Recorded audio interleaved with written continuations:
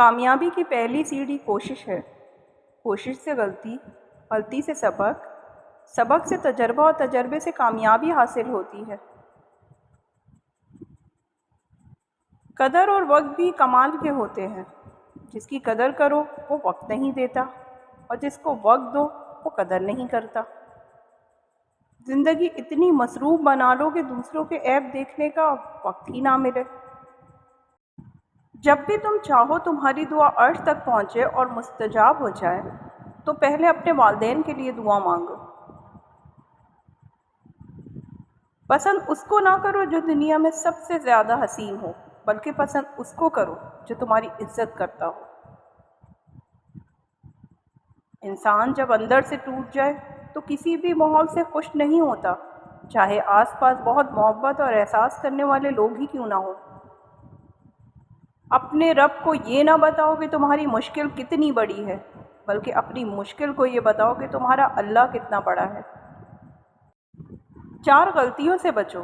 شریف کو بے وقوف مت سمجھو، مکار کو عقل مت سمجھو، قاتل کو بہادر مت سمجھو، مالدار کو بڑا آدمی مت سمجھو۔ کسی کی میٹھی باتوں کا ہرگز یہ مطلب نہیں کہ آپ اس کے لیے بہت خاص ہوں گے۔ بعض اوقات کبوتر کو کھلانے کے لیے نہیں بلکہ پکڑنے کے لیے بھی دانہ ڈالا جاتا ہے۔ انسان اپنی زندگی میں 3 مرتبہ VIP ہوتا ہے: جب وہ پیدا ہوتا ہے، جب اس کی شادی ہوتی ہے، اور جب وہ دنیا سے رخصت ہوتا ہے۔ ہر ایک کی خواہش ہوتی ہے کہ چہرہ دیکھ لیا جائے۔ انسان کا نقصان مال اور جان کا چلا جانا نہیں، بلکہ انسان کا سب سے بڑا نقصان کسی کی نظر میں گر جانا ہے۔ کسی کو معاف کر کے اچھے بن جاؤ، مگر دوبارہ اعتبار کر کے بے وقوف نہ بنو۔ وقت کے ساتھ ساتھ بہت کچھ بدل جاتا ہے، لوگ بھی، رشتے بھی، احساس بھی، اور کبھی کبھی ہم خود بھی۔ کسی کے صبر کا امتحان نہ لیا کرو، میں نے ایسا کرنے والوں کو اکثر پچھتاتے دیکھا ہے۔